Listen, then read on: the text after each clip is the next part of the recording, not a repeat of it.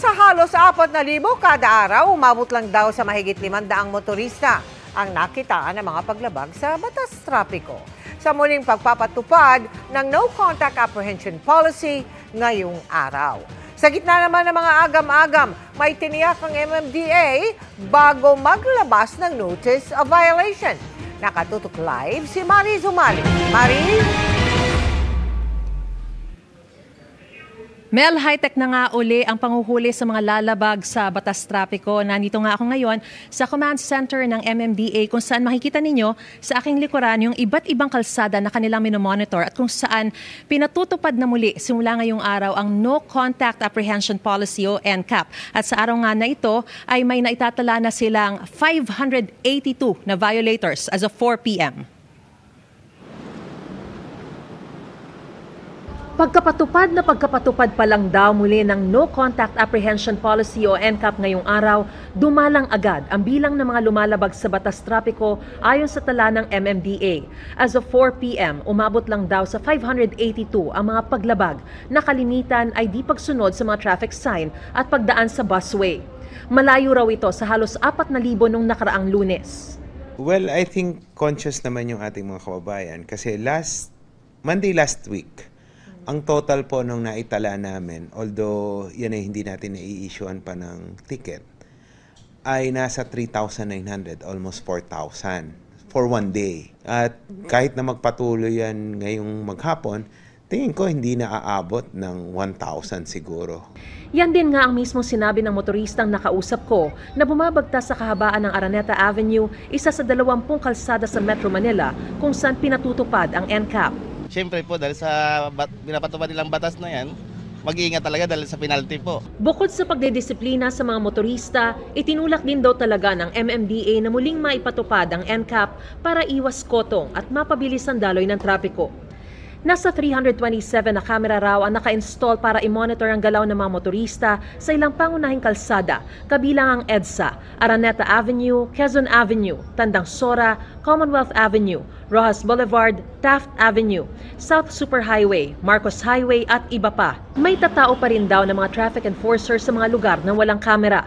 Ayon sa MMDA, muling gagamit ng CCTV na may artificial intelligence na kaya nang mag-detect ng mga paglabag at hindi na kailangan ng pisikal na panghuhuli ng mga traffic enforcer. Pero pagsisiguro ng MMDA bago maglabas ng Notice of Violation, susuriin muna ng mga empleyado ng ahensya ang kuha ng kamera. Tsaka ipadadala ang notice sa address ng nahuli sa pamamagitan ng PhilPost sa loob ng 7 araw. Maaari naman daw ay contest ng nahuli ang paglabag sa loob ng 10 araw sa pamamagitan ng Traffic Adjudication Division na di na kailangan pumunta sa ahensya. May contest mechanism naman po tayo. Isama po nila sa contest nila yan. At pag nakita namin na kakulangan namin yung naging dahilan kaya sila nakapag-violate ng traffic rules, i-invalidate po namin yung pagkakahuli po na yan. Ilang motorista naman ang nahuli ng SAIC na ilegal na dumaraan sa EDSA busway, kabilang ang isang foreigner na hinuli. Hindi raw niya alam na may ganitong tuntunin.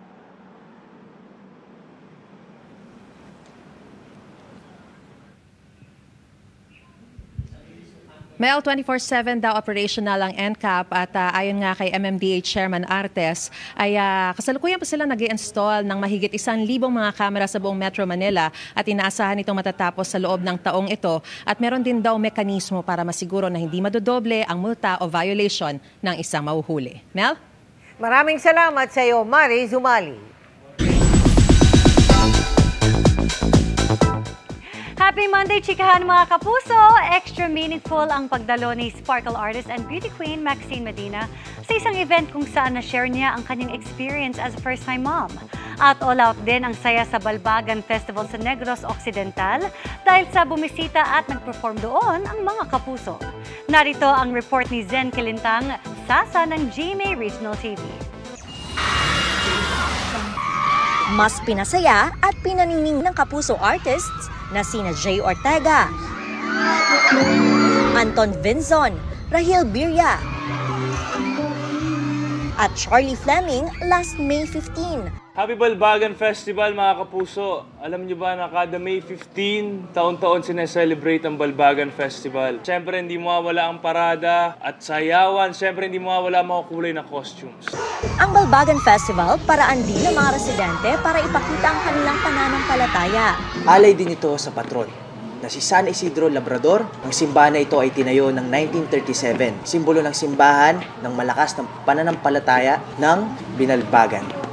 Ngayong taon ay ang ika-453rd founding anniversary ng bayan, kaya binisita nila ang makasaysayang munisipyo na simbolo nito. Isa sa makasaysayang lugar sa bayan ay mismo itong Municipal Hall na kilala sa kanyang napakagandang disensyo. Alaala rin ito kung paano naging bayan ang Binalbagan noong May 15, 1572. Siyempre, ipinagmamalaki rin doon ang magagandang beaches. Mga kapuso, alam niyo ba, maliban sa festival, pwede nyo rin po i-enjoy mga beaches dito sa Binalbagan. Tsaka perfect po yan ngayong summer, lalo na kung gusto mag-relax kasama pamilya nyo, mga kaibigan nyo, at syempre mga mahal nyo sa buhay. Kaya pumunta na po kayo dito sa Binalbagan. Welcome ka mo rin naman nga magkata diri sa banwa sa Binalbagan. Ay try naman kung ano ang nami diri sa banwang panganay.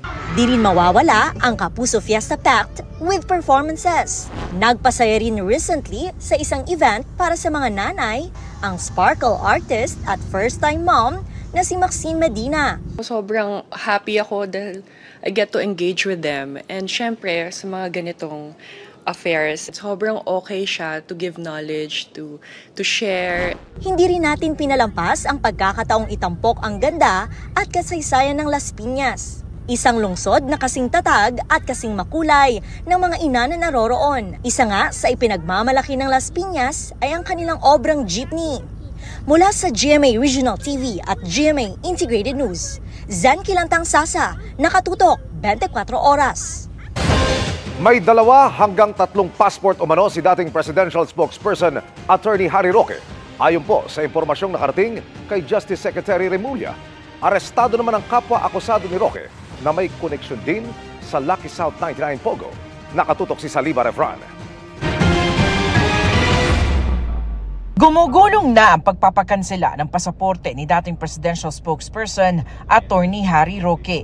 Kasunod dito ng paglabas ng korte ng arrest warrant para sa non-bailable na kasong qualified human trafficking kaugnay ng ni-raid na Lucky South 99 scam hub sa Porac, Pampanga. Pero sabi ni Justice Secretary Jesus Crispin Remulla, may impormasyon siyang hindi lang iisa ang pasaporte ni Roque. I think he holds 2 or 3 passports pa nga eh. May nagsabi sa akin ng ganon. Ang mahalaga, talagang mapilito siya mag-account sa kanyang ginawa dito. At depensahan niya sarili niya. Hindi pa nga nagsisimula ang lahat tinatakasan niya na, di ba? Inaalam na raw kung ano ang mga pasaporte ni Roque at kung paano niya ito nakuha. Pag nakansela ang Philippine passport ni Roque, hindi rin naman daw agad mapoproseso ang pagpapabalik sa kanya sa bansa, lalo't may asylum application siya sa the Netherlands. Depende yan sa grant of asylum kung bibigay sa kanya ng Netherlands. Pero I doubt it kasi Netherlands is one of the countries that goes against human trafficking, which is the charge against Harry Roque. Sa isang pahayag, sinabi ni Roque, ginamit raw niya ang kanyang karapatan para humingi ng asylum para takasan ang umano'y political persecution ng Administrasyong Marcos Jr. Sa ilalim raw ng international law, hindi siya maaaring ma-extradite habang gumugulong ang kanyang asylum application. Ang isa sa mga kapwa-akusado ni Roque na si alias Marlon, naaresto ng PNP Criminal Investigation and Detection Group o CIDG. Operation Officer siya ng security agency sa Lucky South 99. Nakatakda ang kanyang pre-trial at pagbasa ng sakdal sa susunod na linggo. Nakikiusap ang CIDG sa iba pang akusado na sumuko dahil 24 oras raw ang pagtugi sa kanila ng mga otoridad. Para sa GMA Integrated News, Salima Refran, nakatutok 24 oras. Sumentro sa mga usaping may kinalaman sa kalakalan at depensa ang mga sesyon at pulong na dinaluhan ni Pangulong Bongbong Marcos sa 46th ASEAN Summit sa Malaysia. At nakatutok doon live si Ivan Mayrina. Ivan! Vicky, muling nanawagan si Pangulong Bongbong Marcos sa mga kapwa leader sa ASEAN na madaliin ang pagbuo ng Code of Conduct sa South China Sea. Samantala, naka one-on-one meeting din ng Pangulo ang Prime Minister ng Lao PDR, ang Prime Minister ng Thailand at ang Prime Minister ng Vietnam. Sa tuwing ASEAN Summit sa nakalipas sa halos 3 dekada, hindi nawawalang panawagan mula sa Pilipinas para sa isang Code of Conduct sa South China Sea. Karagatan kung saan magkakasapaw ang claim ng mga bansa sa rehiyon, kabilang ang China. Ang tensyon sa rehiyon, banta raw sa ASEAN ayon kay Pangulong Bongbong Marcos sa harap ng kapwa mga lider sa pagbubukas ng 46th ASEAN Summit sa Kuala Lumpur, Malaysia kanina. By working together, strengthening our institutions, and building the resilience and capacities of our people, we can better navigate this increasingly uncertain future and turn challenges into opportunities for shared growth and stability. We underscore the urgent need to accelerate the adoption of a legally binding code of conduct in the South China Sea. Darating ang China bukas bilang dialogue partner sa kauna-unahang ASEAN GCC China Summit. Ang GCC o Gulf Cooperation Council, binubuo ng mga bansang Saudi Arabia, UAE, Bahrain, Kuwait, Qatar at Oman. Inaasahang mapapalawak ng dialogong ito ang kalakalan sa pagitan ng GCC, ASEAN at ng China sa gitna ng mga ipinataw na taripa ng Amerika sa halos lahat ng bansa sa mundo. Ayon sa Prime Minister ng host country na si Anwar Ibrahim, hindi tatapatan ng taripa ng Amerika, kundi dadaanin ito sa dialogo at diplomasya sa ikinakasang ASEAN-US Summit. When we encounter this problem with the tariff, we said proceed with bilateral meetings, but retain the ASEAN consensus, and without exception, all ASEAN leaders gave that tacit approval. We commend Malaysia's leadership in convening the special ASEAN Economic Ministers meeting and welcome the consensus to avoid retaliatory measures. Nanawagan din ang kooperasyon ng Pangulo sa pagsugpo transnational crime at sa sama-samang pagtugon sa mga epekto ng climate change. May one-on-one meeting din ng Pangulo kina Lao PDR Prime Minister Sonsay Sipandon kung saan nagkaroon ng kasunduan sa defense cooperation, economic and trade cooperation at education. At Thai Prime Minister Petongtan Shinawat kung saan kabilang sa mga napag-usapan ng mas pinaigting na kalakalan, kooperasyon sa agrikultura at pagsugpo sa transnational crime.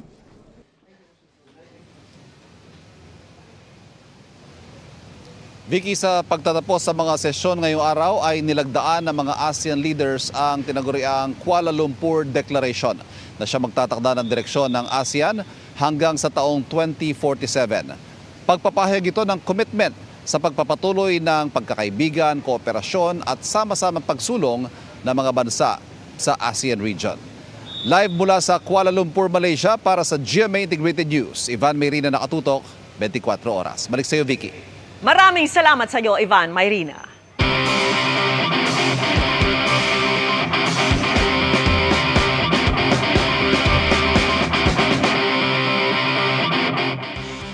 Imbak ang ginamitan ng epekto ng gravity? You heard it right. Yan ang na-develop ng De La Salle University Integrated School na layong makatulong sa pag-imbak at produce ng kuryente. Tara, let's change the game at alamin kung paano gumagana ang gravity storage device. Sabi nga, ang anumang inangat ay natural na bababa. Hindi ito hugot dahil using this core principle of gravity, na-develop ng Sustainability Hub ng De La Salle University Integrated School ang gravity storage device para mag-imbak ng kuryente. Pero this is not your usual storage device.